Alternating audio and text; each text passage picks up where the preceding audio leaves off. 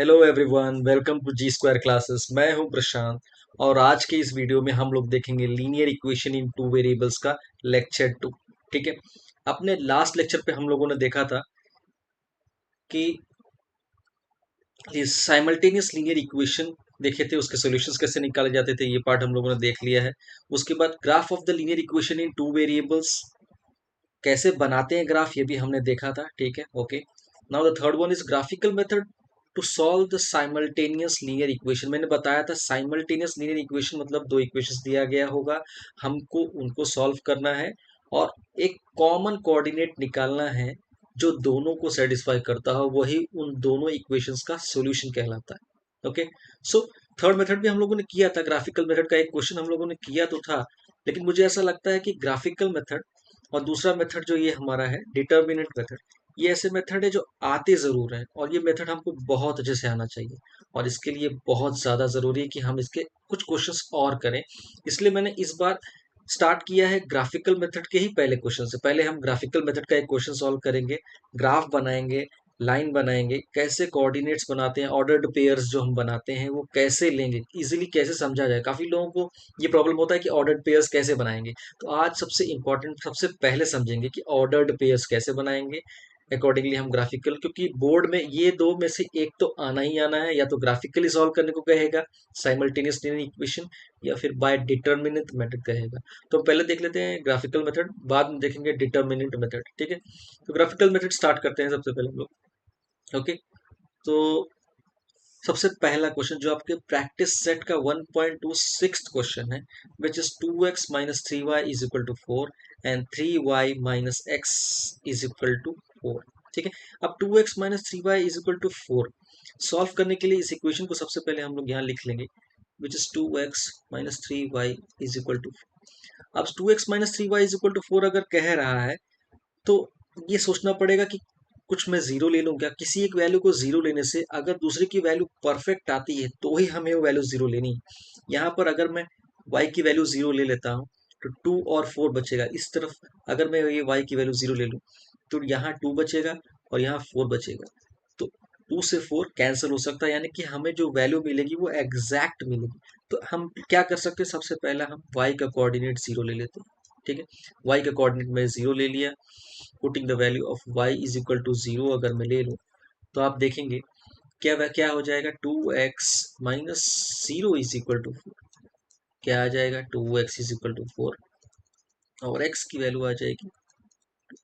तो पहला मेरा आ गया y is equal to zero और x की वैल्यू आ गई 2, बहुत इजीली। अब दूसरा, मैं ऐसी कौन सी वैल्यू लूँ कि मेरी x की वैल्यू या y की वैल्यू परफेक्ट आए, मतलब फ्रैक्शंस में ना आए। बिकॉज फ्रैक्शंस में अगर आ गया तो इस ग्राफ में प्लॉट करने में हमको बहुत ज़्यादा प्रॉब्लम होगा, और ग्राफ में प्लॉट करने में प्रॉब्लम नहीं हो इसलिए हमें ध्यान रखना पड़ेगा कि हम सारे के सारे पॉइंट्स कौन से लें जो एग्जैक्ट आए। ठीक है, दूसरे ऑर्डर पेयर के लिए मैं क्या करूंगा, फिर से उस इक्वेशन को यहाँ लिख लूंगा, वो होगा 2x माइनस का 3y इज इक्वल टू 4।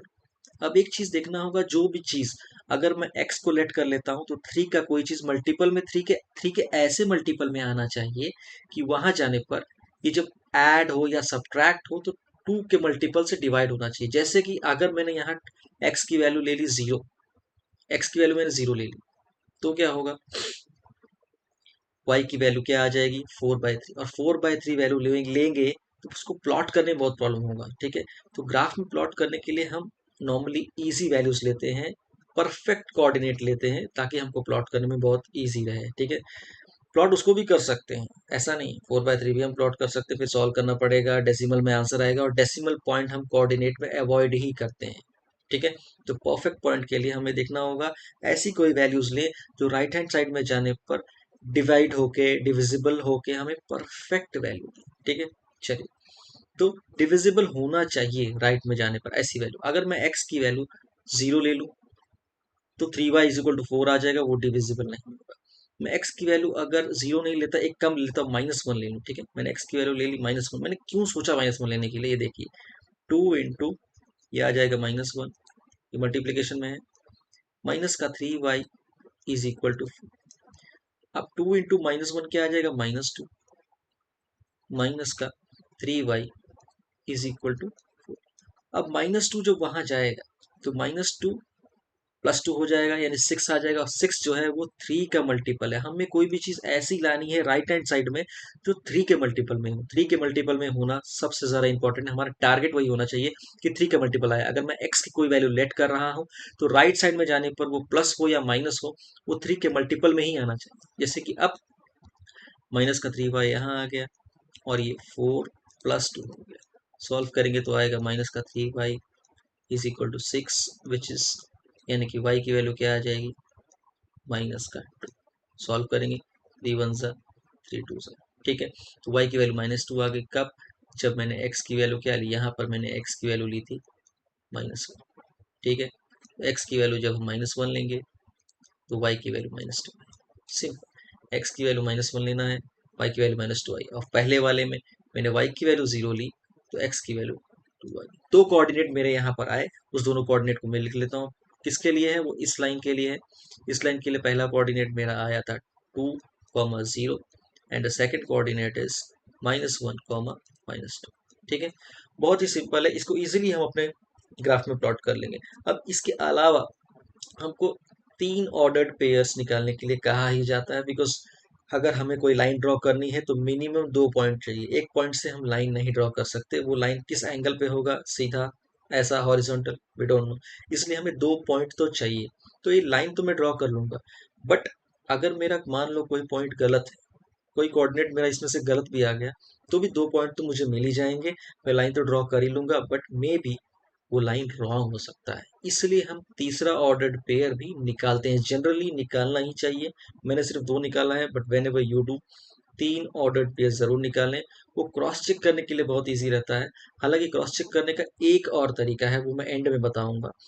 अगर 3 ऑर्डर्ड पेयर्स निकाल लेते हैं फिलहाल अभी के लिए, तो अगर मैंने इन 2 ऑर्डर्ड पेयर से जो लाइन ड्रॉ करी, अगर उसी लाइन पे मुझे तीसरा कोऑर्डिनेट भी मिल जाता है, तो ऑटोमेटिकली ये क्लियर हो जाएगा कि मेरे ये सारे कोऑर्डिनेट सही हैं, और ये लाइन भी मैंने परफेक्ट ड्रॉ करी, यानी कि लाइन 2x - 3y = 4 की ही है।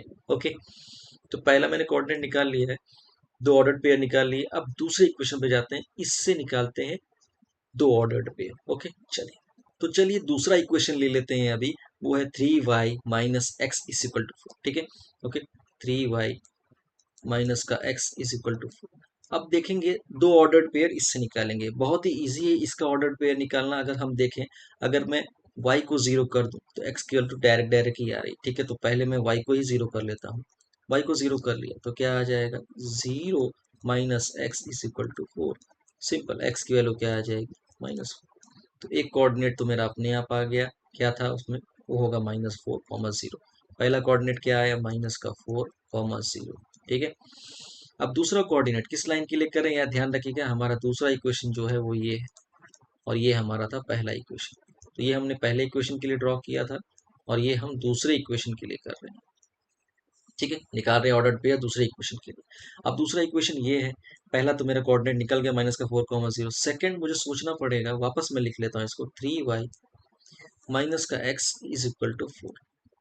अब मैं ऐसी कौन सी वैल्यू लूं, x की या y की वैल्यू, कि दोनों में से कोई भी वैल्यू लेने पर दूसरे की वैल्यू एकदम परफेक्ट है। इसको थोड़ा सोचना पड़ेगा।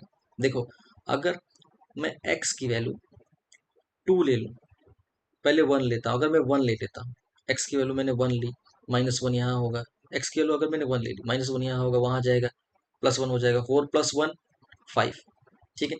4 + 1 क्या होगा, 5, और 5 3 से डिवाइड नहीं होता, लेकिन 5 के बाद एक नंबर है जो 3 से डिवाइड होता है, वो क्या है, 6।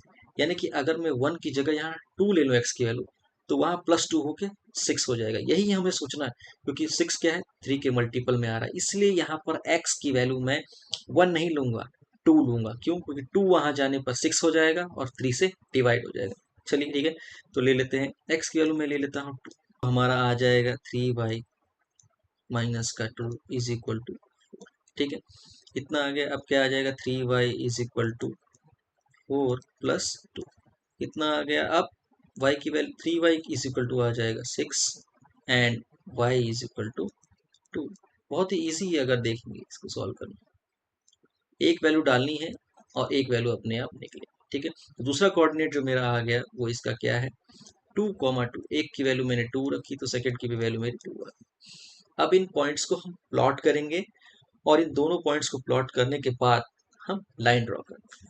ठीक है, तो पहला तरीका देखते हैं। सबसे पहला 2x-3y इज इक्वल टू 4 को प्लॉट करते हैं। हमें पता है हमें X axis Y axis draw करनी है, एक यूनिट को 1 सेंटीमीटर मानना है। ठीक है, और हर 1 सेंटीमीटर पे हम अपने नंबर लाइन ड्रॉ कर लेंगे। सबसे पहला ले लेते हैं ये वाला हमारा equation, which equation is 2x-3y is equal to 4। इसके कोऑर्डिनेट्स, पहला कोऑर्डिनेट इसका क्या है 2,0। यहाँ पर y की वैल्यू 0 है और x की वैल्यू 2 है। ठीक है, तो y की वैल्यू 0 होनी चाहिए और x की वैल्यू 2 होनी चाहिए। x की वैल्यू 2 कहाँ पर है देख लेते हैं। यहाँ पर, यहाँ से जाएंगे सेंटर से, x की वैल्यू 1 यहाँ है, फिर x की वैल्यू 2 यहाँ है, x की वैल्यू 2 यहाँ है और y की वैल्यू 0। तो यही हमारा पॉइंट क्या होगा, हमारा पॉइंट है ये हमारा पॉइंट है। ठीक है, इस पॉइंट का कोऑर्डिनेट क्या बनेगा, इस पॉइंट का कोऑर्डिनेट बनेगा 2,0। ठीक है, यहाँ लिख लेते हैं 2,0।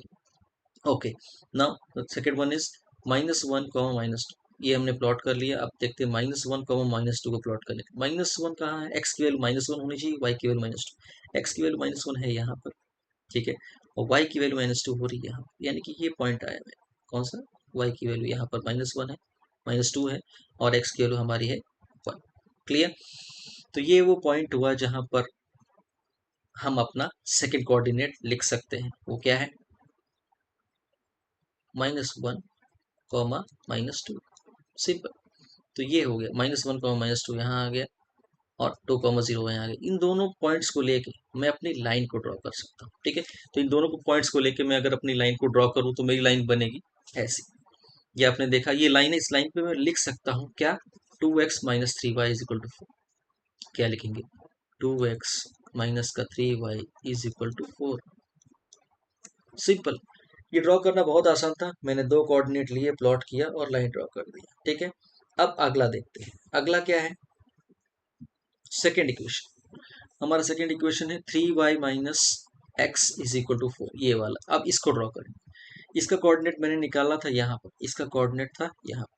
ठीक है, तो इसका कोऑर्डिनेट निकालने के लिए हम ड्रॉ करेंगे दूसरी लाइन। दो कोऑर्डिनेट को पहले प्लेस कर देंगे, फिर उसके ऊपर एक लाइन ड्रॉ करेंगे। ओके, तो पहले कर लेते हैं माइनस का 4,0। यहाँ पर y x की वैल्यू -4 है और y की वैल्यू 0 है। तो x की वैल्यू -4 कहाँ है कि x में हम माइनस की तरफ जाएंगे, 1 2 3 एंड 4। ठीक है, ये हमारा आ गया x की वैल्यू -4। ये बहुत इंपॉर्टेंट है कि हम पॉइंट को बराबर प्लेस करें कि -4,0 अगर मैं बोल रहा हूँ तो मेरी वैल्यू -4,0 परफेक्ट ही होनी चाहिए। ठीक है, तो पॉइंट आ जाएगा यहाँ पर।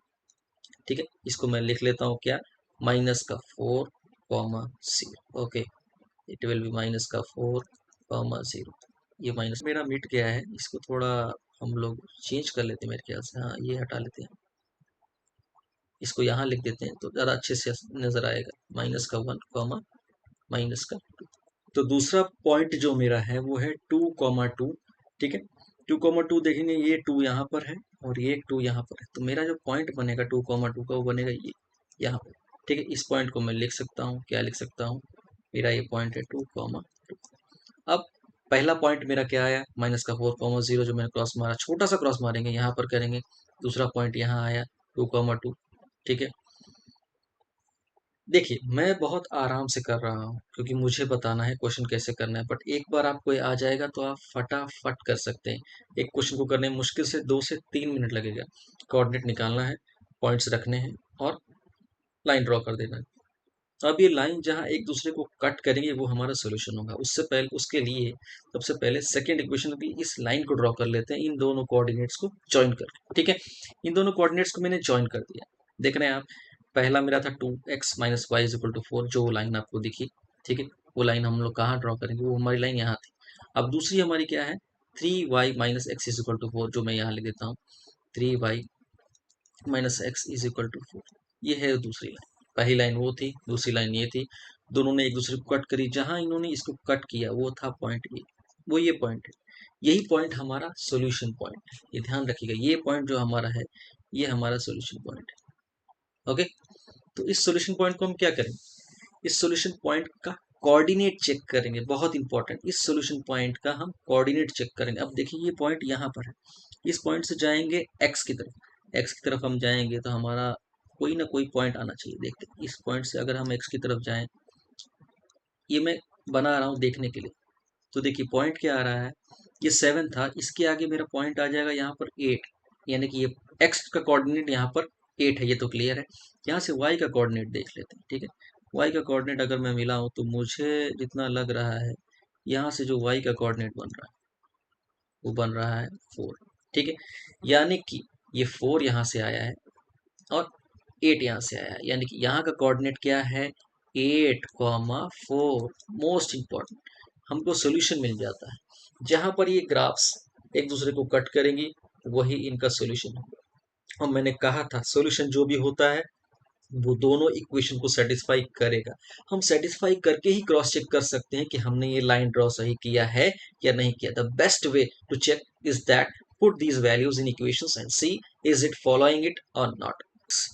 तो पहला इक्वेशन लिखते हैं 2x minus 3y is equal to 4। Okay, यहाँ रख देते हैं 8,4 को, ठीक है। मेरा जो आया है सोल्यूशन वो 8,4, दोनों इक्वेशन को सेटिस्फाई करना चाहिए। तो x की वैल्यू 8 रख दूं अगर मैं, तो क्या आ जाएगा 2 इंटू 8 माइनस 3 इंटू वाई की वैल्यू क्या रखना पड़ेगा मुझे 4।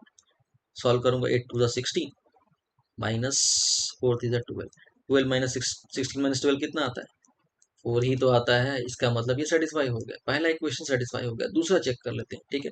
दूसरा इक्वेशन मेरा क्या था, ये हम साइड में रफ में चेक करेंगे, बीच में बताएंगे नहीं चेक करके, ठीक है। हाँ, तो 3y minus X is equal to 4। यहाँ पर देखना है 4 आता है कि, ठीक है। 3 इंटू वाई की वैल्यू मैंने क्या निकाली है, यहाँ पर आई है हमारी 4, ठीक है। वाई की वैल्यू यहाँ 4 आई है, उसको रख देंगे 3 इंटू 4 माइनस एक्स की वैल्यू इज 8। तो ये हो जाएगा 12 माइनस 8 विच इज एग्जैक्टली 4, जो कि राइट हैंड साइड को फॉलो कर रहा है। यानी कि ये भी कोऑर्डिनेट इस इक्वेशन को फॉलो कर रहा है, यानी कि ये एक कोऑर्डिनेट 8,4 दोनों इक्वेशन को फॉलो कर रहा है। अगर ये फॉलो कर रहा है, इससे डबल क्लियर हो जाता है, क्रॉस चेक कर लिया हमने कि यही इन दो साइमल्टेनियस इक्वेशन का सॉल्यूशन। तो हमें लिखना क्या है, सिर्फ इतना कि the solution for this simultaneous equation is 8,4, that's it. या फिर x इज इक्वल टू 8 है और y इज इक्वल टू 4। बहुत ही सिंपल था इसको देखना। अब हम अपने अगले मेथड की तरफ आते हैं जो बहुत ज़्यादा इंपॉर्टेंट है। दो ही मेथड पूछा जाता है जो बहुत ज़्यादा पूछा जाता है। The first one is the graphical method, जो हमने देख लिया। और अब अपने सेकेंड मेथड की तरफ बढ़ते हैं जो है डिटर्मिनेंट मेथड, ठीक है। डिटर्मिनेंट मेथड या क्रेमर रूल भी कहा जाता है। स्विस के एक मैथमेटिशियन थे गैब्रियल क्रेमर, जिन्होंने ये रूल दिया। इन्होंने ये रूल क्यों दिया, साइमल्टेनियस इक्वेशन को सॉल्व करने के लिए। क्यों दिया, साइमल्टेनियस इक्वेशन को सॉल्व करने के लिए, ध्यान देना है। अब डिटर्मिनेंट होता क्या है, यहाँ एक एक्सप्रेशन मैंने बनाया हुआ है कि ए बी सी डी, देख रहे हैं रो में ये ए बी है और यहाँ रो में सी डी है। तो इस एक्सप्रेशन को ही हम क्या कहते हैं, डिटर्मिनेंट कहते हैं, ठीक है। यहाँ पर अगर आप देखेंगे इनकी रोज में क्या है, अगर रोज की बात करूं तो रोज में रो यानी कि दो रो हैं, एक रो में आता है एक ए और बी आ रहा है और दूसरे रो में आ रहा है सी और डी, ठीक है। लेकिन अगर हम कॉलम्स की बात करें तो, अगर मैं कॉलम्स की बात करूं तो कॉलम्स भी दो ही हैं। पहले में क्या आ रहा है, ए और सी, ठीक है। और दूसरे कॉलम्स में क्या आ रहा है, बी और डी। ध्यान से समझिएगा, बहुत इंपॉर्टेंट है, एक बार समझना होगा, है बहुत इजी। अगर मैं मेरे इसके बाद अगर मुझसे कोई पूछे डिटर्मिनेंट की वैल्यू क्या होती है, क्योंकि इस चैप्टर में जो आने वाला है वो वही है, डिटर्मिनेंट की वैल्यू, ठीक है। So what is the value of determinant, what you have to do is just that you have to cross multiply them and you have to subtract. कैसा, मैं करूंगा a इंटू डी माइनस का b into C, it means A D minus B C. अब A D क्या आ रहा है, यानी cross मैंने कहाँ से कहाँ किया, यहाँ से क्रॉस किया, याद रखिएगा यहाँ से यहाँ क्रॉस किया। ए डी हमेशा राइट साइड, लेफ्ट से राइट साइड की तरफ जाएंगे, याद रखिएगा कहाँ से कहाँ जाएंगे हम लोग, लेफ्ट से राइट साइड की तरफ जाएंगे, ठीक है। लेफ्ट से राइट साइड की तरफ जाएंगे, ए इंटू डी, बस एक ही याद रखिए कि लेफ्ट से राइट, माइनस का उल्टा कर देना है, ठीक है। तो A into D minus B into C, ये क्या हो गया, A D minus B C, यही है डिटर्मिनेंट मेथड, ठीक है। ये डिग्री 2 का डिटर्मिनेंट है क्योंकि यहाँ पर मेरे रोज भी 2 हैं और मेरे कॉलम्स भी 2 हैं। ठीक है। जब रोज और कॉलम्स दोनों दो ही हों तो हम कहते हैं ये डिग्री 2 का डिटर्मिनेंट है। ठीक है। हमारे कोर्स में डिग्री 2 का ही है तो हम डिग्री 2 का ही पढ़ेंगे अभी फिलहाल के लिए। ठीक है। जब भी ऐसा डिटर्मिनेंट आपके सामने आएगा उसकी वैल्यू निकालने के लिए आएगा तो आप कैसे निकालेंगे? सिर्फ एक ही चीज, पहले ऐसा क्रॉस माइनस का ऐसा क्रॉस, याद रखिएगा। ठीक है। ओके, तो A D minus B C. Now A D minus B C मैंने किया। अब इसके ऊपर एक क्वेश्चन सॉल्व कर लेते हैं सबसे पहले। ठीक है, चलिए। पहला क्वेश्चन, ये आपके बुक का ही क्वेश्चन है। ऐसा डिटर्मिनेंट आ गया है। ठीक है, क्या है यहाँ पर? ये है 2√3, यहाँ है 9, यहाँ पर है 2 और यहाँ पर है 3√3। ठीक है, सिंपल मेथड करेंगे। डिटर्मिनेंट की वैल्यू मैंने आपको निकालने के लिए बता ही दिया है। क्या करते हैं हम? इसको इससे मल्टीप्लाई करते हैं। ठीक है, इसको इससे मल्टीप्लाई कर लेते हैं। क्या आ जाएगा? 2√3। ठीक है, मल्टीप्लाई बाय 3√3 कर दिया, माइनस लगा देंगे। अब क्या करेंगे? इसको इससे मल्टीप्लाई करेंगे। क्या आ जाएगा? 9 × 2, 9 × सॉल्व कर लेते हैं। बहुत ही सिंपल था ये। ठीक है, अब 2 × 3 क्या हो जाएगा? 6। 2 ये और 3 ये, 6 हो जाएगा। और √3 × √3 हमें पता है, √3 × √3 का स्क्वायर, एंड √3 का स्क्वायर इज 3। ओके, माइनस का 6 × 3 हो गया और 9 × 2 = 18। ओके, सॉल्व करेंगे तो वैल्यू कितना आ जाएगा? 6 × 3 = 18 माइनस 9 × 2 = 18। यानी डिटर्मिनेंट की वैल्यू क्या आ गई? 0 आ गई। क्या आ गई डिटर्मिनेंट की वैल्यू? 0। सॉल्व करने का बेसिक तरीका था। ठीक है, डिटर्मिनेंट की वैल्यू यहाँ पर सिंपल सी 0 आ गई। वैल्यू कुछ भी आ सकती है। डिटर्मिनेंट वैल्यू 0 का मतलब क्या होता है वो हम बाद में समझेंगे, लेकिन अभी के लिए सॉल्व कैसे करते हैं ये हमने समझ लिया कैसे। ठीक है, ओके, तो बढ़ते हैं अपने अगले चीज की तरफ। तो चलिए अब देखते हैं कि डिटर्मिनेंट मेथड को हम साइमल्टेनियस लीनियर इक्वेशंस, यानी कि दो इक्वेशन हमें दिया गया होगा, उसको सॉल्व करने के लिए कैसे यूज करें। ठीक है, उसको सॉल्व करने के लिए कैसे यूज करेंगे अभी हम लोग देखेंगे। क्रेमर रूल या फिर डिटर्मिनेंट मेथड, दोनों कहा जाता है इसको। ठीक है, क्वेश्चन आएगा तो ऐसा ही आएगा कि solve it by the determinant method और बाय क्रेमर्स रूल। ठीक है, ओके। नाउ अगर मैं दो इक्वेशन यहाँ पर रख, दो इक्वेशन मैंने यहाँ पर लिख दिया है, which is equation number 1 is this and equation number 2 is this. Okay, first equation is a1x minus plus का b1y is equal to c1, a2x plus का b2y is equal to c2। अब मैं एक चीज बता दूं, ये रूल लगाने के लिए कुछ चीजें हमें पता होनी चाहिए। ठीक है, बेसिक कुछ चीजें पता होनी चाहिए। फिर से बता रहा हूँ, ध्यान देना। पहला ये कि अगर कभी इक्वेशन आ गया ऐसा 3x माइनस का 2y plus 7 is equal to 0, ऐसा आ जाता है इक्वेशन, नॉर्मली ऐसा ही आता है। हमें करना क्या है? सिर्फ वेरिएबल्स को लेफ्ट हैंड साइड में रखेंगे और कांस्टेंट सारे राइट में ले जाएंगे। ये मेन चीज था, बहुत जरूरी है, इसलिए मैंने बता दिया। करेंगे क्या? 3x माइनस का 2y इज इक्वल टू -7। इस फॉर्म में कन्वर्ट करना बहुत ज़्यादा ज़रूरी है। ठीक है, इस फॉर्म में कन्वर्ट करना बहुत ज़्यादा ज़रूरी है। ठीक है, यहाँ पर पहले से कन्वर्टेड है, रखा हुआ है। आगे देखते हैं। ठीक है, तो a1x plus b1y is equal to c1। यहाँ पर a1 क्या है? x का कोफिशिएंट, b1 क्या है? y का कोफिशिएंट। यहाँ a1x को यहाँ मैंने क्या लिख दिया था? 3x। यहाँ पर a1 की वैल्यू 3 है। ठीक है, b1 की वैल्यू यहाँ पर -2 है। यहाँ पर देखिए b1 की वैल्यू -2 है, साइन के साथ लेना है। ठीक है, और c की वैल्यू अगर मैं बोलूँ इक्वल के यहाँ पर, तो वो हो जाएगा -6। अगर इस इक्वेशन में मुझे लिखना हो a की वैल्यू, कोफिशिएंट ऑफ x क्या हो जाएगा? यहाँ पर कोफिशिएंट ऑफ x हो जाएगा, यानी कि a1 की वैल्यू अगर कि मैं पूछूं तो क्या हो जाएगी? 3। ठीक है, यहाँ मैं b1 की वैल्यू अगर पूछूं तो वो हो जाएगी -2, और यहाँ अगर मैं c1 की वैल्यू पूछूं तो वो हो जाएगा -7। इस इक्वेशन में अगर मैं कोफिशिएंट को a1 b1 c1 मानूं तो इनकी वैल्यूज ये होंगी। मैं इसलिए बता रहा हूँ क्योंकि हमें साइन के साथ लेना है, इसलिए बताया मैंने। ठीक है, तो पहला इक्वेशन मेरा ये a1x plus b1y is equal to c1 and the second is a2x plus b2y is equal to c2। अब मैं इसको रख दूंगा कॉलम के फॉर्म में रख दूंगा। ठीक है, कॉलम क्या बनाऊंगा? दोनों इक्वेशन के कोफिशिएंट्स का अगर कॉलम बनाओ, याद रखना, कोफिशिएंट्स का कॉलम बनाओ तो कॉलम क्या बनेगा? इसका बनेगा a1 a2। ठीक है, ये कॉलम है। दूसरा दूसरा कॉलम क्या बनेगा? b1 b2। okay, and the third column of the constant on the right side, it is c1 c2। Divide नहीं करना है, ये कॉलम बना रहा हूँ बस।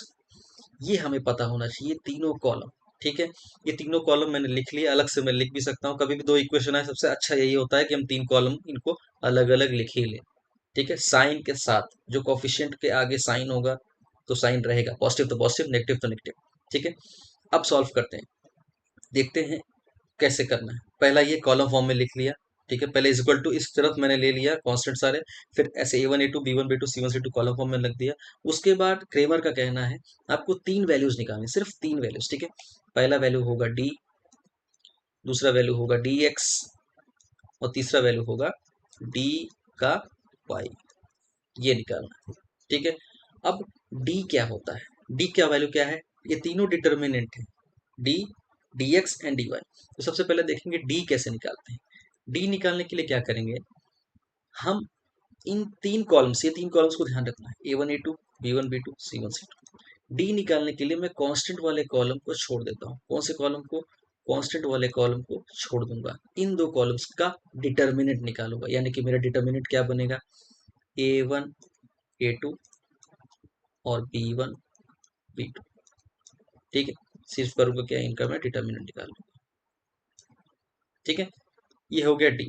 अब मेरा dx क्या होता है, ये तीन चीज निकालनी आनी चाहिए, इसलिए मैं डायरेक्ट डायरेक्ट बता रहा हूँ। dx जब निकालना होगा तो मैं क्या करूंगा कि x का जो पार्ट होगा, यानी कि ये x का पार्ट है, देख रहे हैं आप x, ये x के पार्ट का जो कोफिशिएंट होगा, यहाँ पर dx में मुझे निकालना है अगर, तो x वेरिएबल है, x वेरिएबल के आगे जो कोफिशिएंट होगा, यानी कि A1 A2 को मैं हटा दूंगा। किसको हटा दूंगा, यहाँ पर मैं A1 A2 को हटा दूंगा, क्योंकि A1 A2 के यहाँ पर लगा था x का कोफिशिएंट, और हटा के मैं वहां पर C1 C2 रख दूंगा। क्या करूंगा मैं, C1 C2, ये जो इज इक्वल टू के इस तरफ था, इज इक्वल टू के इस तरफ एक कॉलम थे, इसको मैं यहाँ पर ले लूंगा। ध्यान देना, x के जब कोफिशिएंट निकालना होगा इसको हटा दूंगा मैं, और C1 C2 को यहाँ ले लूंगा, B1 B2 वहीं पर रखा रहेगा। तो क्या होगा, A1 A2 की जगह आ जाएगा C1 C2, और यहाँ आ जाएगा B1 B2। इसका डिटर्मिनेंट याद रखना, dx अगर आपसे पूछा जाएगा तो क्या होगा, A1 A2 को हटा देना है, और C1 C2 को A1 A2 की जगह लेके डिटर्मिनेंट निकाल देना, B1 B2 को कुछ नहीं करेंगे। ठीक है, अब dy की value just opposite of the dx हम करेंगे। क्या करेंगे, समझ में तो आ ही गया होगा, y के कोफिशिएंट्स को हटा देंगे और वहां पर कांस्टेंट वाले कोफिशिएंट्स को रख देंगे, यानी कि B1 B2 को हटा दूंगा और उसकी जगह C1 C2 आ जाएगा। यहाँ पर क्या होगा मेरे सेकंड केस में, ये B1 B2, याद रखिए, ये मेरा B1 B2 जो है इनको मैं हटा दूंगा, और C1 C2 आ जाएगा B1 B2 की जगह। ठीक है, ये कब होगा, ये किस केस में होगा, ये जब हमको निकालना होगा dy, डिटर्मिनेंट dy निकालना होगा तब। तो यहाँ क्या आ जाएगा मेरा, A1 A2 अपनी जगह पे रहेगा जैसा था। ठीक है, B1 B2 की जगह आ जाएगा C1 C2। तो फर्क क्या था, सिर्फ जिसका डिटर्मिनेंट है dx है तो x का हट जाएगा, C1 C2 उसकी जगह आ जाएगा, और dy है तो y का हट जाएगा, उसकी जगह C1 C2 आ जाएगा। याद रखिएगा, ये सारी values A1 B1 A2 B2, ठीक है, सारी की सारी वैल्यूज हमें साइन के साथ रखनी है, साइन नहीं है, माइनस में है तो माइनस में ही रखना है। अब ये तीनों डिटर्मिनेंट्स मुझे निकाल लेना है। ठीक है, as per the rule of Cramer, Cramer का ये कहना है, ये तीनों वैल्यूज निकालने के बाद जो भी वैल्यूज आ जाएंगी, उसके बाद अगर मुझे एक्स फाइनल इन दोनों का सॉल्यूशन निकालना हो तो एक्स निकालने का तरीका क्या है। ठीक है, एक्स निकालने का तरीका ये है, एक्स निकालने का तरीका है कि dx/d अगर मैं निकालूं तो एक्स का कोऑर्डिनेट आ जाएगा जो सॉल्यूशन होगा, कितना आसान है ये। और y की वैल्यू अगर मुझे निकालनी हो तो वो आ जाएगा dy/d। It's very simple, dx/d करूंगा तो x का कोफिशिएंट आ जाएगा, मतलब x का कोऑर्डिनेट आ जाएगा, सॉरी, और dy/d करूंगा तो y का कोऑर्डिनेट आ जाएगा, और यही x, y मेरा सॉल्यूशन होगा। वेरी सिंपल, इससे सिंपल क्या ही होगा, है कि नहीं। क्वेश्चन इसके ऊपर हम जल्दी जल्दी देख लेते हैं, आपके बुक का ही क्वेश्चन है। ठीक है, तो चलिए अगले क्वेश्चन की तरफ बढ़ते हैं। फिलिंग द ब्लैंक्स, जो आजकल का पैटर्न है बोर्ड में, फिलिंग द ब्लैंक्स आते ही। ठीक है, दो इक्वेशन यहाँ पर भी दिया हुआ, 3x लिख लेता हूँ मैं।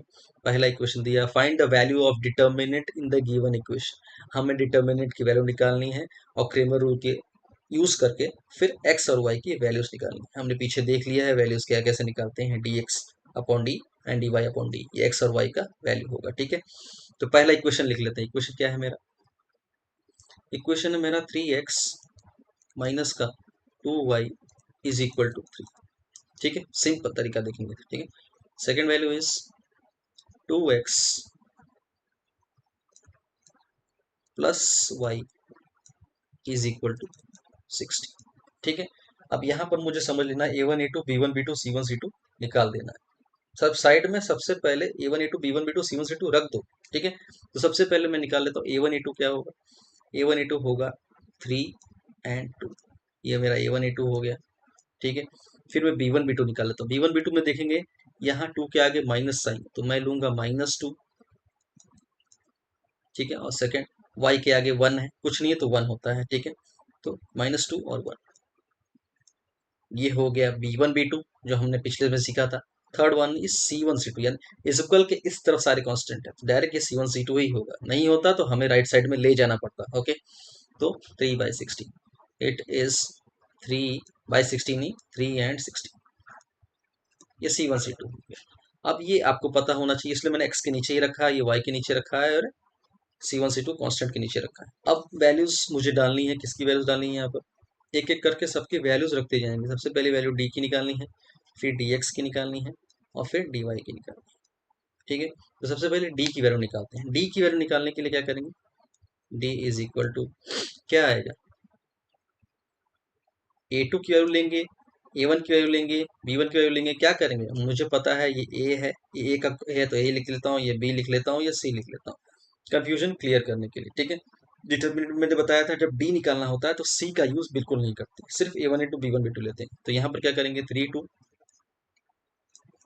एंड -2 1, ये होगा डिटर्मिनेंट। जब सॉल्व करेंगे तो डी की वैल्यू आ जाएगी। इसको सॉल्व करना है और वैल्यू निकालना है। सीधे सीधे हम यहाँ पर वैल्यूज रख सकते हैं, जो फिल इन द ब्लैंक्स में वहाँ डाल देना। अभी मैं नहीं रख रहा हूँ, लेकिन वहाँ आएगा तो इजिली रख सकते हैं हम लोग, कोई टफ चीज़ नहीं है, ठीक है।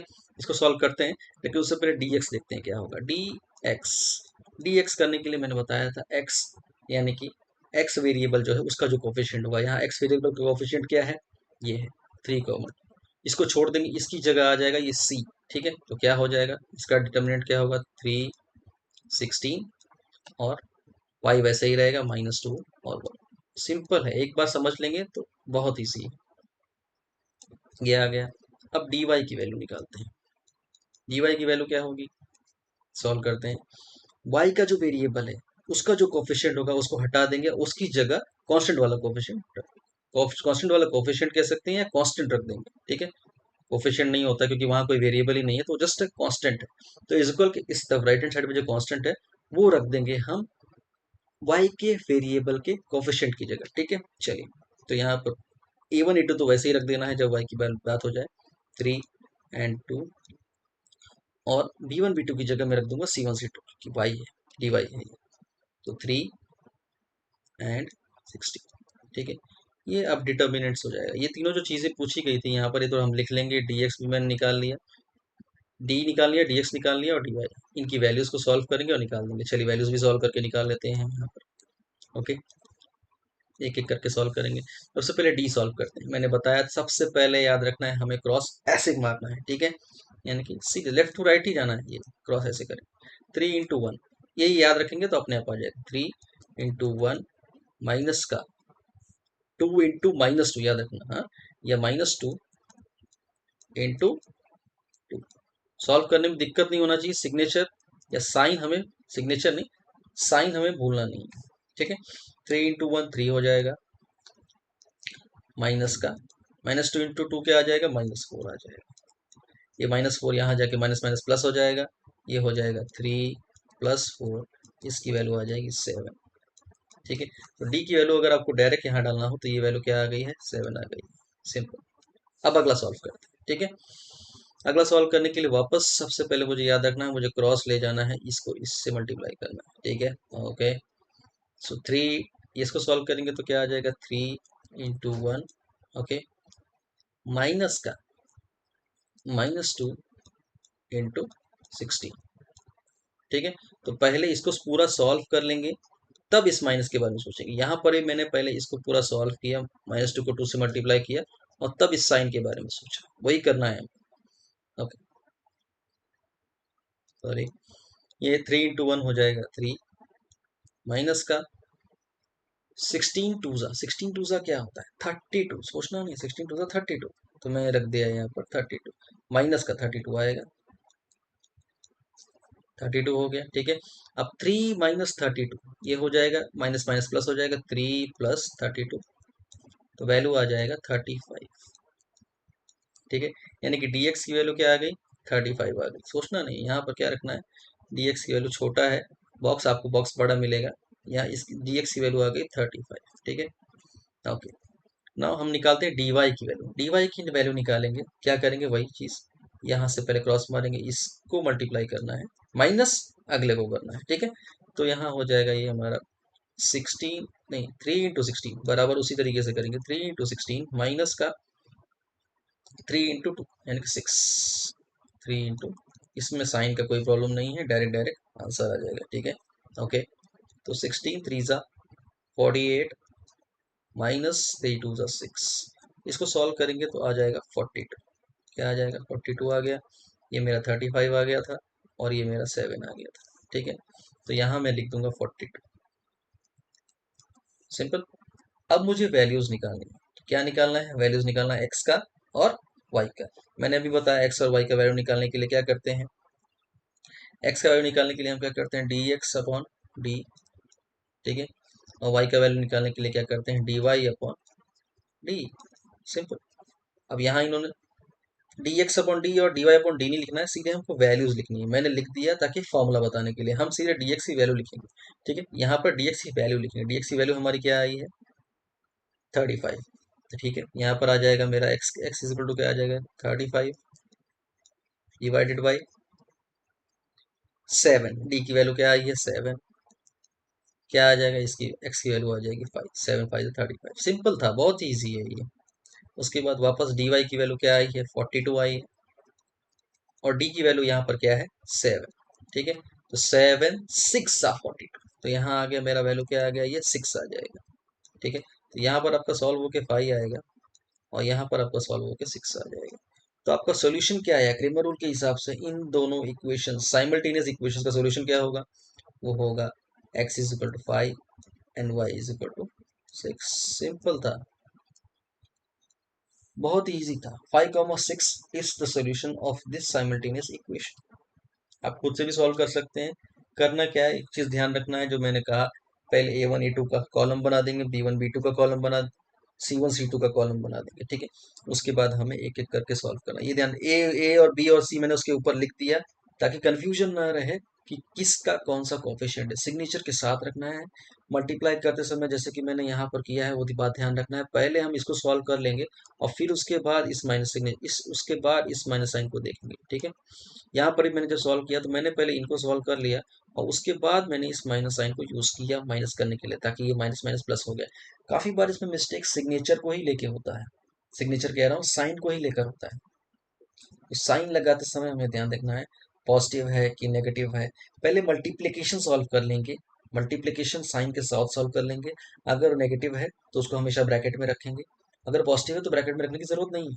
ठीक है, थर्ड वाले में देखिए, सब पॉजिटिव था तो मैंने ब्रैकेट में नहीं रखा, लेकिन अगर नेगेटिव है तो ब्रैकेट में ही रखेंगे। मल्टीप्लाई होने के बाद भी अगर नेगेटिव ही आ रहा है तो ब्रैकेट में ही रखेंगे, ताकि ये देखने के लिए वो नेगेटिव और बीच का नेगेटिव, बीच में तो माइनस ही आना है, हमने पढ़ा है जब हम डिटर्मिनेंट निकालते हैं तो माइनस ही होता है। ठीक है, तो माइनस माइनस प्लस तो नहीं हो रहा, ये ध्यान देना है बस। यहाँ पर मिस्टेक हो जाता है लोगों से और मार्क्स लूज हो जाता है, बट बहुत ही इजी है। अगर ध्यान दिया जाए तो मार्क्स कभी लूज नहीं होगा, पूरे मार्क्स इसमें आराम से मिल जाएंगे। आज के लिए इतना ही रखते हैं। ठीक है, तो आज के इसमें हमने पढ़ा क्या क्या वो देख लेते हैं। हम लोगों ने क्या क्या कंप्लीट कर लिया है, क्योंकि लीनियर इक्वेशन में इतना ही है। पहला हमने जो कंप्लीट कर लिया है वो है ये कर लिया है, ये कर लिया है। Graphical method to solve simultaneous linear equation हमने यहाँ पर देखा, बहुत इजी है, इसको भी करना। डिटर्मिनेंट मेथड, ठीक है, डिटर्मिनेंट मेथड हमने देखा है, इससे रिलेटेड क्वेश्चंस करिए, जो भी क्वेश्चंस हैं एक्सरसाइजेस के लगाए। अगर नहीं आता है तो you can just ask me, you can comment me and ask me. Okay, balance topics are equation reducible to a pair of linear equation in two variables and application of simultaneous equation यानी कि word problem। तो word problem और reducible pair कैसे निकालते हैं, ये दोनों ही important है। रिड्यूसिबल पेयर कभी कभी रख दिया जाता है अचानक टफ क्वेश्चंस के मैटर में, ये टफ नहीं होता, होता बहुत इजी है। इसके कुछ रूल्स होते हैं, उसको हम पकड़ लेंगे तो इजीली क्रैक हो जाएगा। ठीक है, अपने अगले पार्ट में हम देखेंगे ये इन दोनों चीज़ों को, या इन दोनों में से किसी एक चीज़ को देखेंगे, टाइम कितना लगता है उसके हिसाब से, क्योंकि ये दोनों ही बहुत इंपॉर्टेंट।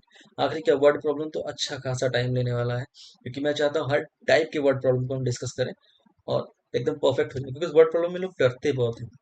हालांकि वर्ड प्रॉब्लम बहुत ज़्यादा इजी होता है, सच। तो आज के लिए इतना ही रखते हैं, अपने नेक्स्ट वीडियो में हम आगे बढ़ेंगे। Okay, thank you so much for watching the video, thank you.